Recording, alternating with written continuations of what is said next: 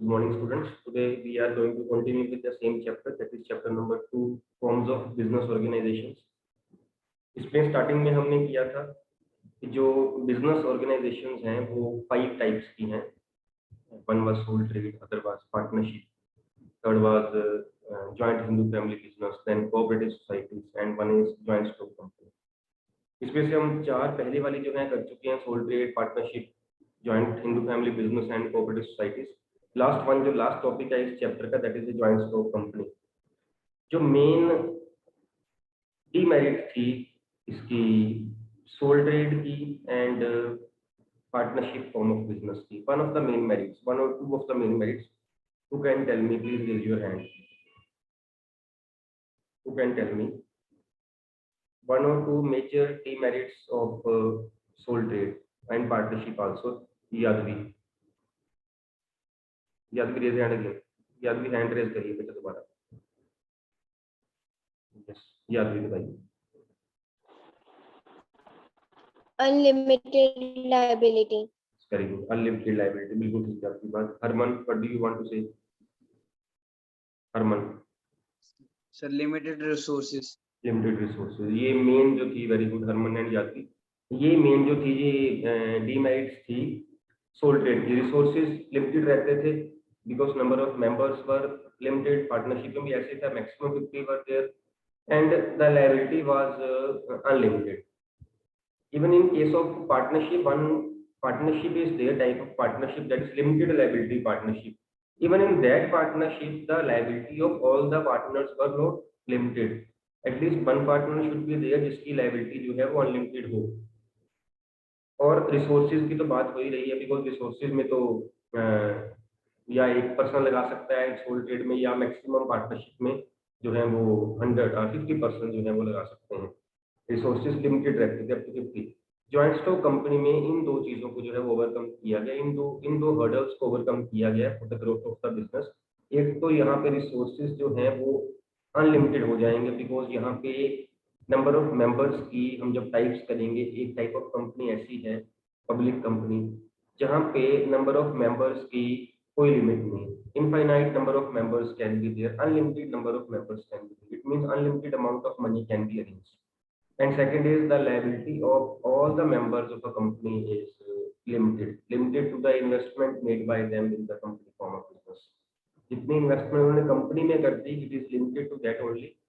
In other case, in no case we can say that the personal property can be taken over by the lenders or the bankers. अगर उन्होंने अपना पैसा वापस company ने नहीं किया. और एक और बात है, यहाँ पे कंपनी जो है और जो कंपनी के मेंबर्स हैं जिसे हम शेयर होल्डर्स कहते हैं. जब कंपनी की बात करते हैं, जैसे हम सोल ट्रेड में, हम सोल ट्रेड बिजनेस को सोल ट्रेड बोलते थे, बिजनेसमैन को सोल ट्रेडर बोलते थे या सोल प्रोप्राइटर बोलते थे. पार्टनरशिप में हम फर्म को पार्टनरशिप बोलते थे और नंबर ऑफ जो पर्सन्स थे उनको हम पार्टनर्स बोलते थे. जॉइंट स्टॉक कंपनी में हम तो कंपनी बोलते हैं बिजनेस को, और आगे जो इसके ओनर्स हैं उनको हम मेंबर्स बोलते हैं, या हम बड़ा कॉमन सा वर्ड है शेयर होल्डर्स बोलते हैं. Means those who are holding the shares of the company, they are known as the share holder. और शेयर होल्डर की जो लायबिलिटी रहती है वो हर केस में लिमिटेड रहती है, limited to the investment made by them in the company. जितना पैसा कंपनी में लगा दिया है. और जो मैं बात कर रहा था जो इसकी एग्जिस्टेंस है सोल ट्रेड में, सोल ट्रेडर की और सोल ट्रेड की बिजनेस की एग्जिस्टेंस सेम थी. पार्टनरशिप में पार्टनर्स की और पार्टनरशिप की एग्जिस्टेंस सेम थी. लेकिन जॉइंट स्टॉक कंपनी में बिजनेस की एग्जिस्टेंस कुछ और, बिजनेसमैन की मींस शेयर होल्डर की एग्जिस्टेंस कुछ और, कंपनी अलग है. पर्सन जो है वो मेंबर जो है जो शेयर होल्डर है वो अलग है. कंपनी जो है वो एक आर्टिफिशियल पर्सन है, जो शेयर होल्डर है वो एक नेचुरल पर्सन है. कंपनी एक आर्टिफिशियल पर्सन है. ठीक है. Company will be created by law. और जैसे हम बात करते थे सोल ट्रेडर में तो कोई एक्ट ही नहीं था, पार्टनरशिप में एक्ट था, but was not compulsory for the partners to that get the registered firm registered from Indian Partnership Act 1932. यहाँ पे कुछ ऐसा नहीं है. यहाँ पे हर कंपनी को रजिस्टर करवाना ही पड़ता है, चाहे कि किसी भी टाइप की कंपनी हो. आगे जाके हम टाइप्स भी पढ़ेंगे. किसी भी टाइप की कंपनी हो, it is mandatory for the companies to get the firm registered and under companies act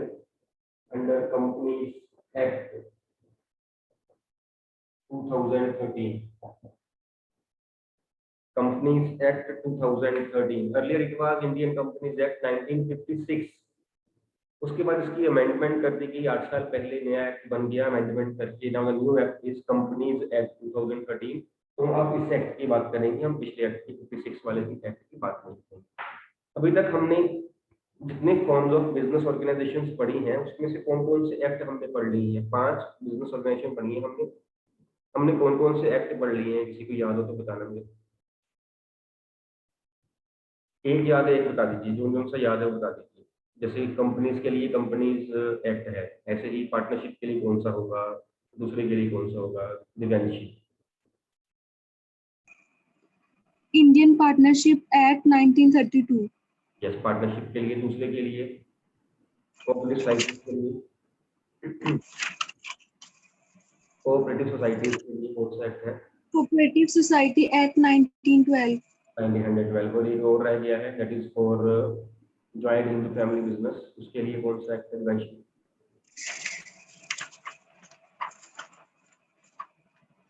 मिल रहा, नोटबुक में नहीं मिल रहा दिव्यांशी?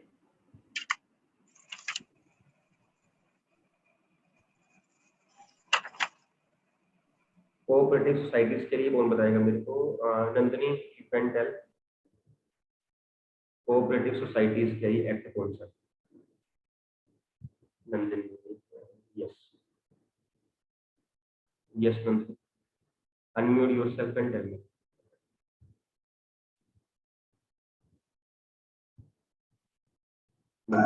सर कोऑपरेटिव सोसाइटी के लिए नहीं पता।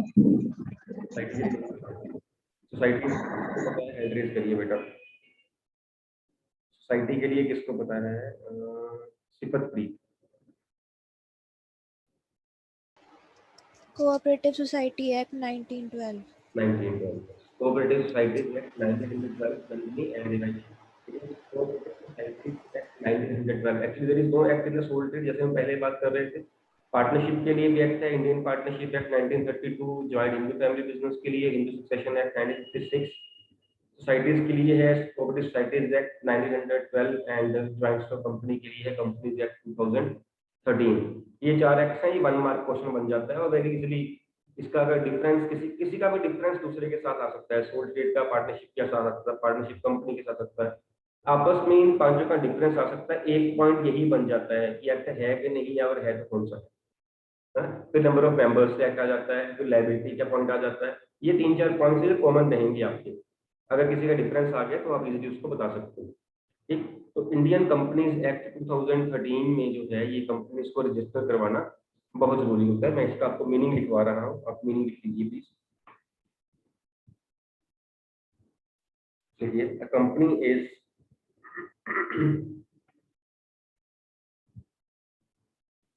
company is an association of few persons,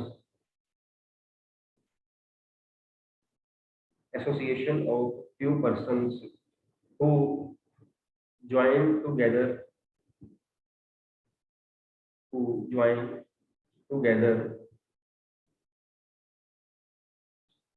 to form a business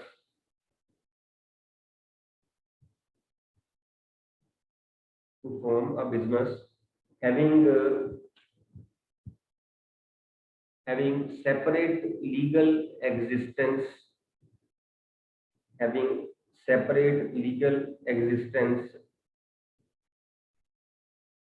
or from its members, इसमें 2-3-4 जो है वो आपकी फीचर्स भी कंपनी फॉर्म ऑफ बिजनेस के बीच में ही डिस्कस कर ली गई है।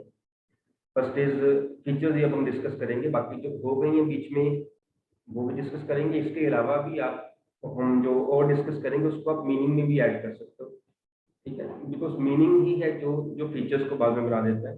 मीनिंग और फीचर कंसेप्ट सेम ही रहता है। फीचर्स में से हम लाइन जो है वो टेक आउट करके उसको जो है वो मीनिंग में हम लिख लेते हैं। यहाँ पे हमने पहला पॉइंट क्या बनेगा इसका, जो हमने बात की है इसके बारे में। स्नेहल, सर वो डिफाइन रिपीट कर दो। मैंने बेटा खुद ही बनाया था अभी। Okay. It is an association of few persons who join together their hands for profit motive and which has a separate legal entity या existence from its members. Yes, Hermine. Separate legal existence. Separate legal existence, बिल्कुल ठीक है बेटा। एक आपका feature बन जाता है separate legal existence, separate legal existence. Praveen, can you explain this? मैंने अभी किया भी है, वैसे यही पॉइंट जो है हमने कोऑपरेटिव सोसाइटीज में किया था शायद, सेपरेट लीगल एग्जिस्टेंस पॉइंट। अगर आप एक्सप्लेन कर पाओ तो बेटा। सर जैसे अगर हम इस कंपनी में बात करते हैं, कंपनी एक अलग पर्सन होता है आर्टिफिशियल, और जो शेयर होल्डर्स होते हैं वो अलग होते हैं। ये दोनों डिफरेंट एंटिटीज होती हैं, तो इसके लिए इसकी अलग एग्जिस्टेंस होती है। बिल्कुल ठीक है, बिल्कुल सही बात है आपकी। Separate legal existence, the company has separate existence from its members and that is legal. The legal why it is legal? Because company, हम उसको एक बोल देते हैं आर्टिफिशियल पर्सन है और कंपनी रजिस्टर्ड है under companies act. The company's existence is separate from its members. Fine. एक फ्रेज आती होती है, members may come, members may go, but the company will go forever. Members may come, members may go, but the company will go forever. कि member, अब sole trade की अगर आप बात करें, सोल ट्रेड में अगर सोल ट्रेडर जो है उसको कुछ हो जाए तो बिजनेस इफेक्ट करता है। पार्टनरशिप में किसी पार्टनर कुछ हो जाए, नई पार्टनरशिप लीड बनती है, उसको बिजनेस इफेक्ट करता है। But company form of business में वो कहता है चाहे सारे मेंबर्स में चले जाएं कोई फर्क नहीं पड़ता है, बिकॉज कंपनी की एग्जिस्टेंस ही अलग है। Members may come, members may go, but the company will go forever. Because company जो है ये एग्जिस्टेंस में आई है कंपनीज एक्ट से, लॉ से, और जो कंपनी खत्म भी होगी वो भी लॉ से ही खत्म होगी, चाहे कंपनी के सारे मेंबर्स ना उनकी डेथ हो जाए, चाहे खत्म भी, वो लॉ ही उसको एग्जिस्टेंस में लेके आएगा, लॉ ही उसको जो है वो खत्म करेगा। Members may come, members may go, but the company will go forever. इसका मतलब ये। सेकंड पॉइंट कौन बताएगा मेरे को? एक और फीचर इसमें आया हुआ है,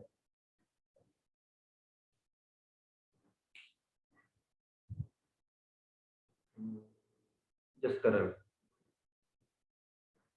सर मैंने पूछना था ये पहले वाले फीचर से बोलो क्वेश्चन।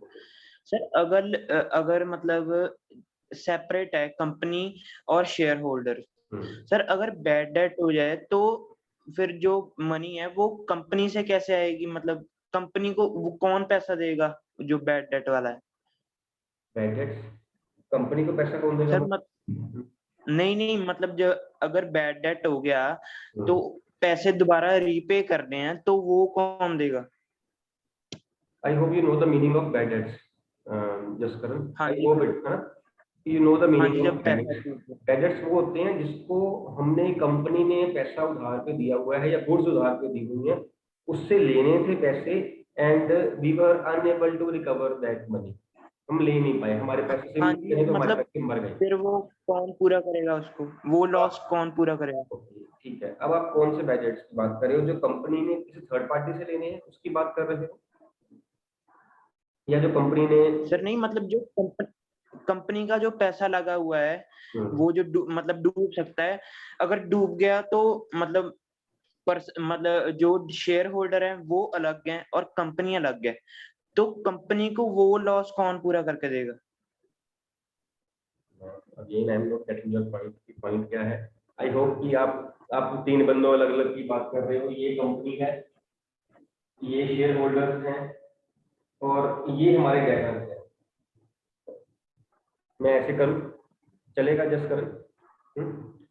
हाँ जी। जो डेटर्स होने हैं वो किधर से होने हैं? कंपनी ने गुड्स सेल करी डेटर्स को, डेटर्स ने पैसे देने थे, डेटर्स ने दिए नहीं, कंपनी के बैड डेट्स हो गए। यहाँ इसमें शेयर होल्डर्स कहीं आ नहीं रहे। अगर जो आप बात कर रहे हो ना, अगर मैं वही समझ रहा हूँ तो बैड डेट्स वो होते हैं कि कंपनी ने किसी के साथ कोई कॉन्ट्रैक्ट किया, उसको गुड्स सेल कर दी और पैसे नहीं मिले, the money which is irrecoverable from the debtors, that money is known as debt. इसमें शेयर होल्डर्स नहीं कहीं आ रहे हैं बेटा। अगर आप थोड़ा और क्लियर कर दो तो मैं समझ जाऊंगा और मैं इसे एक्सप्लेन कर पाऊंगा, अदरवाइज मैं पर जो कंपनी है उसमें इन्वेस्टमेंट तो शेयर होल्डर्स की लगी हुई है ना, एग्जैक्टली ऐसे ही तो बिल्कुल सीधा सीधा लॉस तो शेयर होल्डर्स को होगा। बिल्कुल ऐसे ही बेटा। कंपनी कंपनी का जो प्रॉफिट है वो शेयर होल्डर, कंपनी जो प्रॉफिट अर्न करेगी उसमें से कुछ पैसा शेयर होल्डर्स को रिटर्न में देगी कि जी आपने इन्वेस्ट किया था पैसा, ये लीजिए आपको हम रिटर्न प्रॉफिट दे रहे हैं। जैसे सोल ट्रेडर है, अगर वो पैसा इन्वेस्ट करता है, वो बिजनेस करता है, उसमें पैसा उसको मिलता है तो प्रॉफिट उसका होता है। पार्टनरशिप में प्रॉफिट पार्टनर्स का होता है, ज्वाइंट हिंदू फैमिली में बिजनेस मेंबर्स का होता है। ऐसे ही कंपनी में बिजनेस जो है वो शेयर होल्डर्स का होता है, प्रॉफिट जो है वो शेयर होल्डर्स का होता है।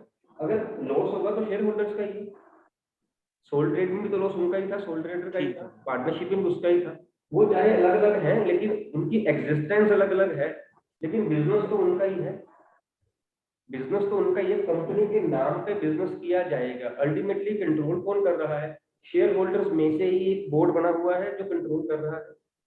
जैसे सोसाइटीज में बोर्ड बना जो कंट्रोल कर रहा था, ऐसे ही शेयर होल्डर्स का बोर्ड है जो कंट्रोल कर रहा है। कोई प्रॉफिट होगा तो इनको होगा, कोई लॉस होगा तो इनको ही होगा, इन्हीं का ही शेयर है वो। एग्जिस्टेंस सिर्फ अलग अलग है। कंपनी जो है एक नेचुरल पर्सन है एक्ट की आईज में। एग्जिस्टेंस अलग, इट डजंट मीन कि प्रॉफिट इसका ही हो गया, सारा लॉस इसका ही होगा। ये कौन है? ये कंपनी थोड़ी प्रॉफिट लॉस ले सकती है। It is not a natural person. Ultimately company जो है वो शेयर होल्डर्स को ही प्रॉफिट लॉसेस देगी जो आएंगे। है ये same he eyes of law, eyes of act में ये अलग अलग है मिस्टर। अगर अब भी नहीं क्लियर है बेटा, अब भी पूछ लीजिए, जितना क्वेश्चन मेरे को नहीं समझ सर, आया अब क्लियर है, यही पूछना, यही था। तो यही वैसे पूछना। ही एग्जिस्टेंस, यस, हाँ जी। वैसे ये सेम ही है कंपनी और शेयर होल्डर। लेकिन अगर हम लॉ की बात करें ना, लीगली बात करें, उसने वर्ड यूज भी किया सेपरेट लीगल एग्जिस्टेंस, वो सेपरेट है। जो डिसीजन है वो कंपनी ले रही है। जो प्रॉफिट लॉस हो रहा है पहले वो कंपनी का हो रहा है। जो सेल परचेज कर रही है वो कंपनी कर रही है। किसी ने केस करना हो वो कंपनी पे करेगा, वो शेयर होल्डर पे नहीं करेगा। अगर वो सोल ट्रेडर सपोज हमारे साथ कुछ गलत कर जाए, हमने केस करना हो, हम सोल ट्रेड पे कर देंगे। अगर यहाँ कंपनी हमारे साथ गलत करती है, हम शेयर होल्डर को नहीं करेंगे केस, हम कंपनी पे करेंगे। समझ रहे हो बात? सपोज मैंने किसी कंपनी से हाँ जी। एबीसी, कोई कंपनी है, company ABC, ABC mobile suppose, मेरे पास इस कंपनी के शेयर्स भी हैं। इसका मतलब क्या हुआ? मैं कंपनी का शेयर होल्डर भी हूँ, बन गया ना, है ना?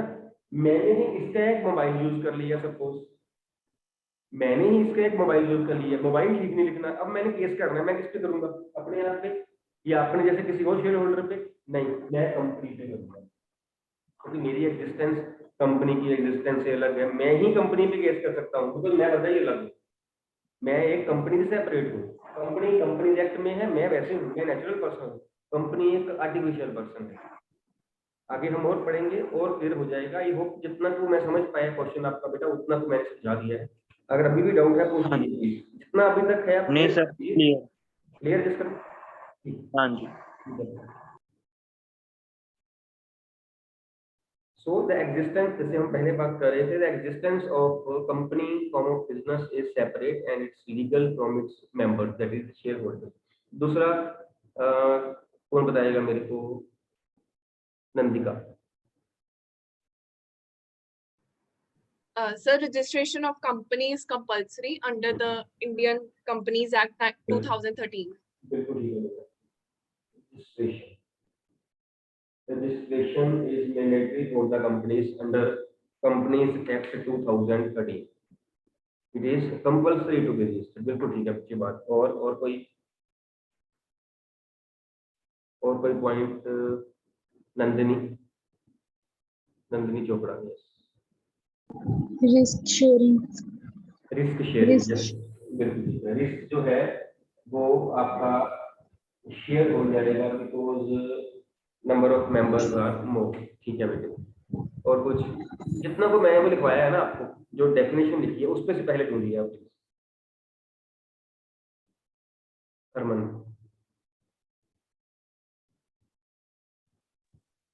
Sir, more than two people are required to form a company.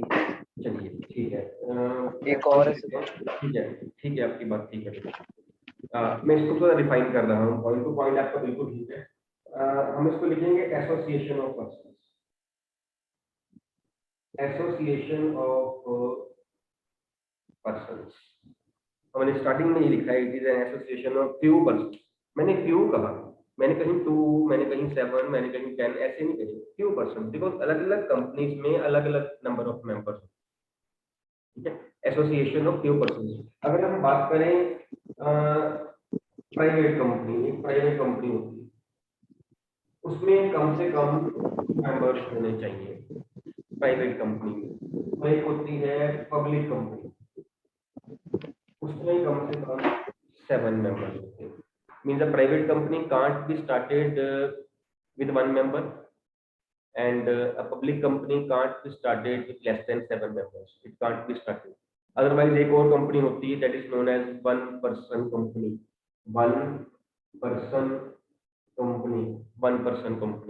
तो नेम से ही क्लियर है। एक्सेप्शन का केस, रिसेंटली कुछ साल पहले ही कंपनी फॉर्म ऑफ बिजनेस है ये वाला, वो ओबीसी वाला, ये एग्जिस्टेंस में आया। उससे पहले जो है ये प्राइवेट कंपनी और पब्लिक कंपनी ही होती थी। प्राइवेट कंपनी के लिए 2 members मिनिमम, पब्लिक कंपनी के लिए 7। 1 person कंपनी तो 1 person कंपनी ही है, उसके बारे में अलग से हम बात करेंगे। मेन प्राइवेट पब्लिक कंपनी है। प्राइवेट कंपनी में 2 to 200, पब्लिक कंपनी में 2 to infinity members.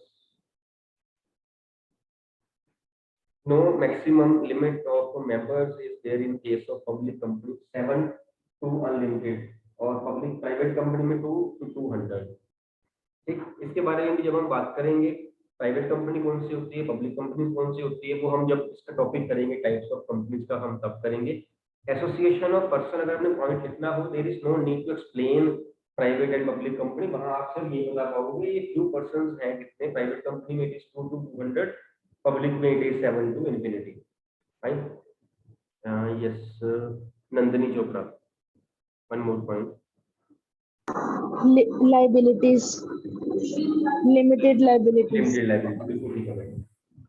Limited liability,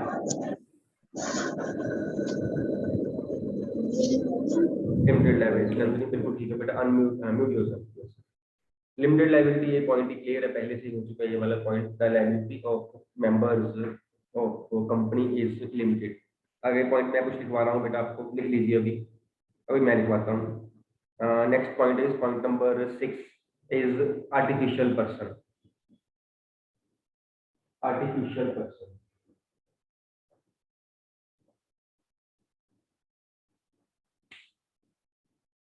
जैसे हमने पहले कहा, कंपनी जो है एक आर्टिफिशियल पर्सन है which is created by law, by act, companies act 2013। एक आर्टिफिशियल पर्सन है, it is not a natural person. And if it is a person, तो आप ये भी लाइन वहां पे लिखोगे, it can sue others and it can be sued by others in the court. It can sue others, दूसरे के ऊपर केस कर सकती है ये कंपनी अपने नाम पे। जो सोल ट्रेड का बिजनेस है, ये पार्टनरशिप, सोल ट्रेड का जो बिजनेस है वो दूसरे के ऊपर केस नहीं कर सकता, क्योंकि सोल ट्रेड तो सेम ही है, उसके डिस्टेंस अलग है ही नहीं। ठीक, लेकिन जो कंपनी है, it can sue others, it can be sued by others. मैंने अभी एग्जांपल लिखी है एबीसी मोबाइल कंपनी की, अभी मैंने जिसका जब मैं बात कर रहा था, मैंने एग्जांपल ली थी कि मैं कंपनी के ऊपर केस कर सकता हूँ। मैं कंपनी के ऊपर कैसे केस कर सकता हूँ, बिकॉज कंपनी जो है वो उसकी डिस्टेंस अलग है। कंपनी एक आर्टिफिशियल पर्सन है, it can be sued by others in the court and it can sue others in the court. Sue करना मतलब कोर्ट में जाके केस करना, right. Then number 7 is there. Next लिखिए, सेपरेट लीगल हमने लिख लिया हुआ है। Then is perpetual succession.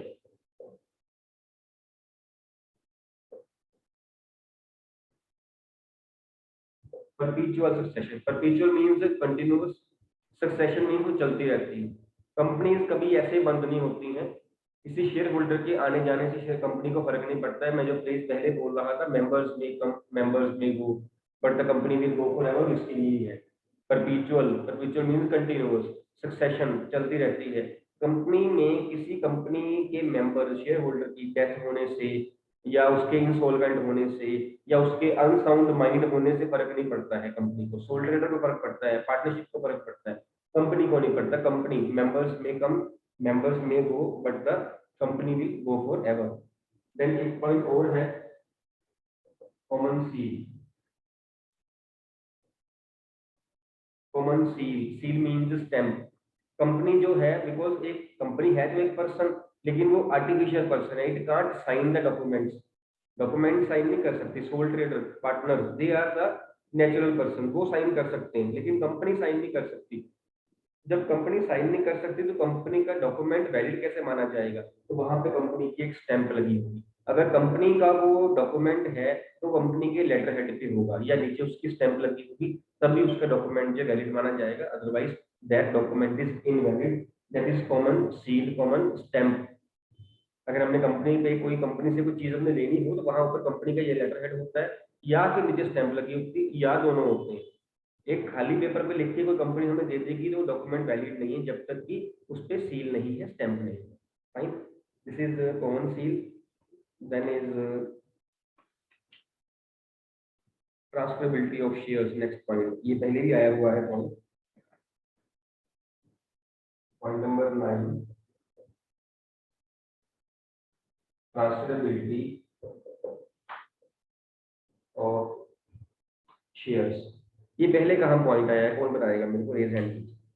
पहले जहाँ ये पॉइंट आया हुआ है और उसका मीनिंग वहां पे क्या था, इसी चैप्टर में आया था। ट्रांसफरेबिलिटी ऑफ शेयर्स या transferability of interest, only one. You can take half minute, no problem इसमें। Think about that point, because कुछ पॉइंट्स ऐसे हैं सब में कॉमन ही रहेंगे, हमें बस याद ही करना पड़ेगा, हेडिंग याद करना पड़ेगा, कॉन्सेप्ट सेम रहेगा। You can tell me, only one child is there, transferability of shares. I hope कि आप नोटबुक्स या बुक्स नहीं देख रहे हो, है ना, ढूंढ नहीं रहे हो कहाँ लिखा हुआ था। ऐसे अब नहीं ढूंढना है, अगर आता है तो हैंड रेज कर दीजिए, नहीं आता तो कोई बात नहीं, कुछ नहीं होता, पढ़ के आना, अगली बारी बिना देखे हैंड रेज कर दीजिए। Nandini, yes, unmute yourself Nandini. In partnership form of government, form of organization. In partnership form of business. Nandini, क्या मतलब है इसका, वहां पे क्या मतलब है इसका? पार्टनरशिप कि अगर एक पार्टनर चाहे अपना इंटरेस्ट दूसरे को शेयर करना तो वो अकेला डिसाइड नहीं कर सकता, पूरे पार्टनर्स को मीटिंग करनी पड़ेगी और डिस्कस करना पड़ेगा। Exactly, very good Nandini, good answer. Means a partner can't transfer his interest in the business, transfer his share in the business to somebody else without the consent of all the partners. Getting my point? हमने example ली थी A B C D और ए का बेटा ई, याद है? A B C D 4 partners थे, उनका एक बेटा था, ए का एक बेटा था mister E.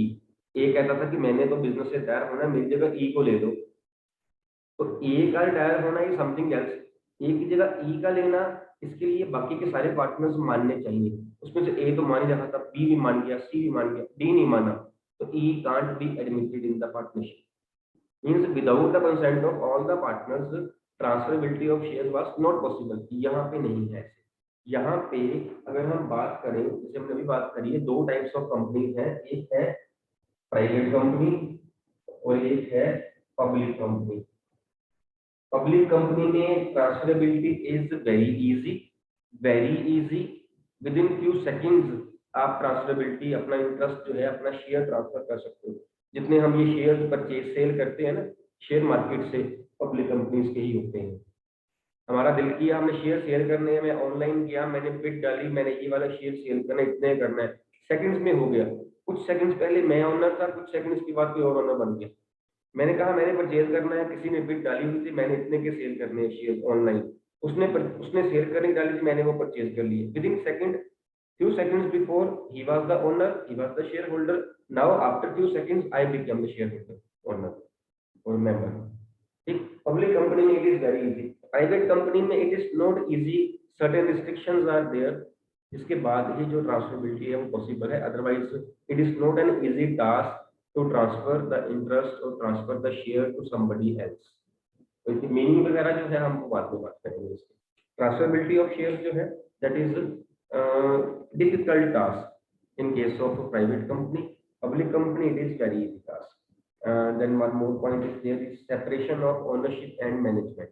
Point number 10, separation of ownership and management. ये पॉइंट भी मिलता है, हमने ये पॉइंट किया था कोऑपरेटिव सोसाइटीज में, वहां पे मिलता है पॉइंट, अगर किसी को याद हो। सेम पॉइंट है, मे बी हेडिंग ना सेम हो, एक्सप्लेनेशन इसकी बिल्कुल सेम है। वहां पे पॉइंट, वहां पे वो आया था, प्रिंसिपल आया था, वन मैन वन वोट वाला, मैं थोड़ा रिलेट करके बता रहा हूँ, अगर आपको याद आ जाए तो। नहीं भी याद आ रहा तो इसको पढ़िए, उसको मत याद करिए, आपको यहाँ से क्लियर हो जाएगा। लास्ट पॉइंट है आज का ये, separation of ownership and management. Features आपके हो गए हैं इसके, no one, okay. Separate ownership mean owners जो कंपनी के मालिक हैं, मैनेजमेंट मीन जो कंपनी को मैनेज कर रहे हैं, जो चला रहे हैं। सपोज एक कंपनी पब्लिक कंपनी है, उसके से 10,000 मेंबर, 10,000 मेंबर, सपोज उसमें एक मैं भी हूँ, है ना, तो मैं कौन सा वहां जाके बिजनेस लिखूंगा, उनका हेड ऑफिस मुंबई में है, सपोज मैं कौन सा वहां जाके लिखूंगा बिजनेस के वो क्या कर रहे हैं क्या नहीं कर रहे हैं। कोई ना कोई बाकी सारे मेंबर्स के बिहाफ के ऊपर कोई ना कोई बोर्ड होगा जो डिसाइड कर रहा होगा करना क्या है। Means that board consisting of few members is deciding on behalf of all other members के इस कंपनी में क्या डिसीजन लेने हैं, कहाँ से कुछ परचेज करनी है, कहाँ सेल करनी है, कौन सा बिजनेस करना है, वगैरह वगैरह। वो जो बोर्ड है, वो जो बोर्ड होगा, सपोज 5 मेंबर्स का वो बोर्ड है, मान लेते हैं ये 7 मेंबर्स का बोर्ड है, 10 मेंबर्स का board। वो जो मेंबर्स हैं they are the managers, management जो मैनेज कर रहे हैं बिजनेस को। जो ये मेंबर्स हैं they are the owners. Separation of ownership and management, ownership, owners कोई और है, मैनेजर्स कोई और है। ओनर्स तो बहुत सारे हैं, ये तो मैंने 10,000 लिखी है। शेयर होल्डर्स की अगर हम बात करें, crores of share holders are there sometimes in the company, crores of share holders, because company has thousands of crores of shares. Public companies की हम बात कर रहे हैं, ओनर्स तो वो करोड्स ऑफ शेयर होल्डर्स होंगे, लेकिन डिसाइड थोड़ी सारे मिलकर कर रहे होंगे। उन सारे शेयर होल्डर्स के बिहाफ पे जो मैनेजमेंट है, वो जो 5-7 मेंबर जो बैठे होंगे, वो डिसाइड कर रहे होंगे कंपनी को चलाना कैसे। So the ownership and the management is separate in case of joint stock company. These are the features of the company. Hopefully आपको समझ आ गई है। अगर किसी को डाउट है तो पूछ सकता है, हैंड रेज करे, मैं उसको अनम्यूट कर दूंगा, अदरवाइज शुड आई आंसर।